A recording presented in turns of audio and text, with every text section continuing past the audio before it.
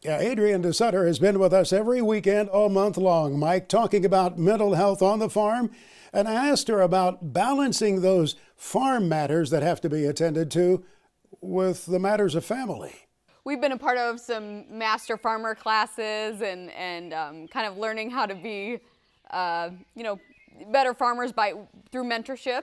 And we've learned a lot from them. But what we hear all the time is the whole idea that we have to, as younger farmers, make time for our family. And that so often that older generation is telling us we learned too late. You know, it was something that we, you know, we should have prioritized, you know, those football games or the dance recitals or whatever it is. You know, we should have made time for that when we were younger. So we're doing our best now to try and implement that as early as we can, but also balance the strenuousness of what needs to be done on the farm.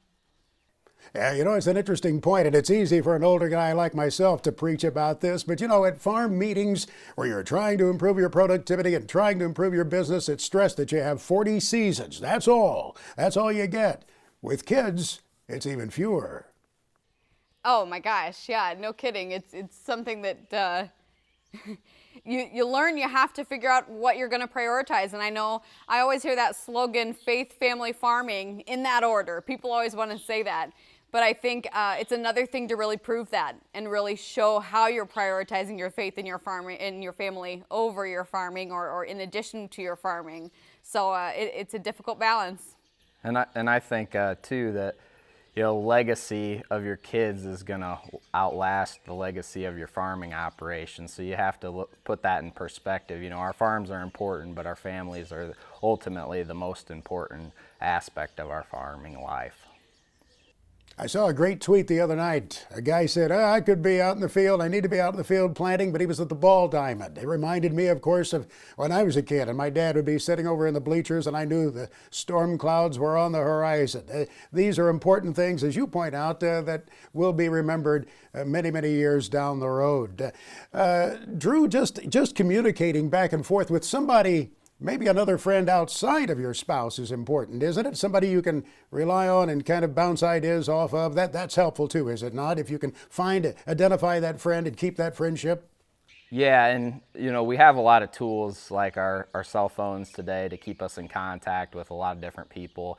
I'm fortunate I can still stay in contact with a lot of friends that I went to college with, and a lot of them are in agriculture or farming in different parts of the state. And just to call and sometimes vent about our farming operation or the weather in our area and get a different perspective. It's just really nice to have that. I also have some very close farming friends at home and a good Farm Bureau Young Leader group. And you just, to build those networks is just, it's huge to just be able to have, you know, a time where you're just able to talk and maybe get some things off your chest that you can't really communicate with your family or don't feel like communicating with your family at the time.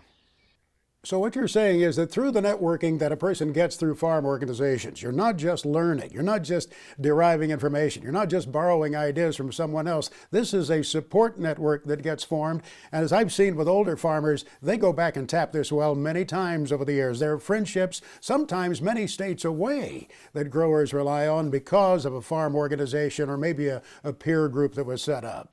Yeah, absolutely. Actually, funny you bring that up, is yesterday morning I hadn't talked to this guy probably for 2 years, but he was in a soybean leadership class with me, and he sent me a text, you know, how are things up your way? This is a crazy market right now. How's planting going along? And I hadn't talked with him for 2 years, and he's from Oklahoma, and it was just kind of nice to text back and forth a few minutes and ask about each other's families and farming operations. And I met him through an ag organization, and, you know, we'll stay in contact probably for life. And the people are what's important about those organizations, and just adds tremendous amount of value to your own operations. And to have those connections is just very important to me, and very important to many farmers that have been able to experience that.